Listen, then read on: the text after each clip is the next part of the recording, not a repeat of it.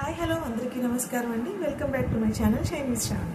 ఈరోజు నా వీడియోలో నేను మీకు ఒక మంచి రెసిపీని షేర్ చేసుకోబోతున్నాను. అదేంటంటే చోలే మసాలా అనమాట.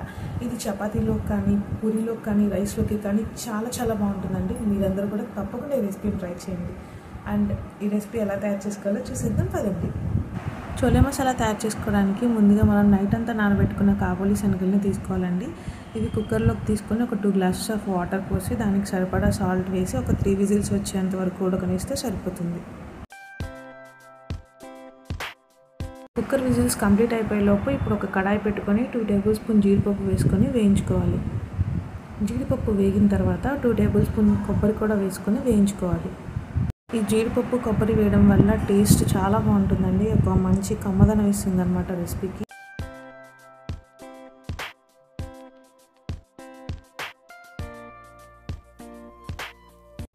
అండ్ కొబ్బరి కూడా లైట్ గోల్డెన్ బ్రౌన్ కలర్ వచ్చేంత వరకు వేయించుకోవాలండి. ఇక్కడ నేను చూపిస్తున్నాను కదా, ఈ కలర్ వచ్చేంత వరకు వేయించుకుంటే సరిపోతుంది. మిక్సీని చల్లారి పెట్టుకోవాలి. చల్లారిపోయిన తర్వాత ఒక మిక్సీ జార్లోకి తీసుకోవాలండి.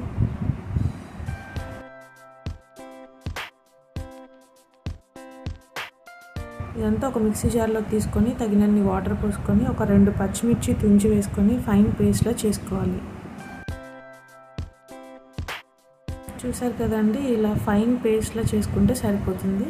ఇప్పుడు ఒక కడాయి పెట్టి దానిలో ఒక 3 టేబుల్ స్పూన్ ఆయిల్ వేసి ఒక 1 కప్ ఆనియన్స్ వేసి గోల్డెన్ బ్రౌన్ కలర్ వచ్చేంత వరకు వేయించుకోవాలి.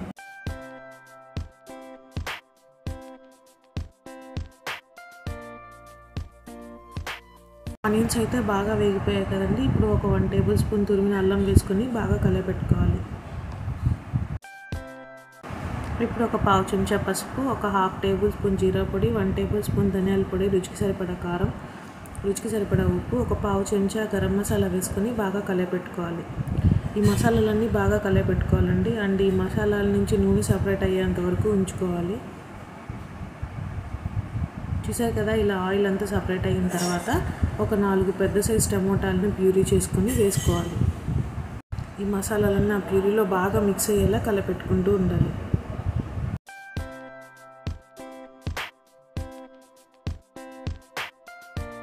చూసారు కదండి, 5 మినిట్స్ తర్వాత అయితే ఇలా వచ్చేసింది అనమాట. నేను మనకు ఒకసారి కలపెట్టుకుంటున్నాను.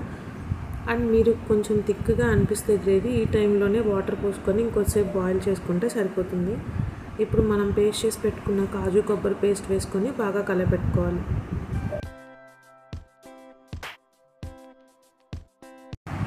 ఇలా కాజు పేస్ట్ అంతా బాగా కలిసిపోయేలాగా కలపెట్టుకోండి. ఒక 5 మినిట్స్ పాటు ఇలా కలపెట్టుకుంటూ ఉంటే బాగా థిక్గా వచ్చేస్తుంది.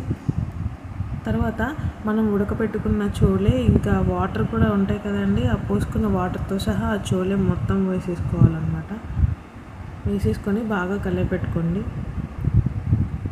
ఇప్పుడు గ్రేవీ మీకు థిక్గా కావాలి అనుకుంటే ఆ వాటర్ అంతా ఇంకిపోయేంత వరకు ఉంచుకోండి. లేదు కొంచెం మరీ థిక్గా అవసరం లేదు అనుకుంటే కొంచెం థిక్ అవగానే ఆపేసుకోవచ్చు.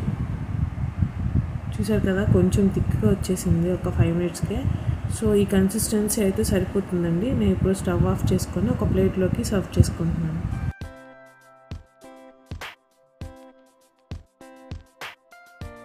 అంతే అండి, అందరికీ ఇష్టమైన చోలే మసాలా కర్రీ రెడీ అయిపోయినట్లే. మీరు కూడా ఈ రెసిపీని తప్పకుండా ట్రై చేయండి.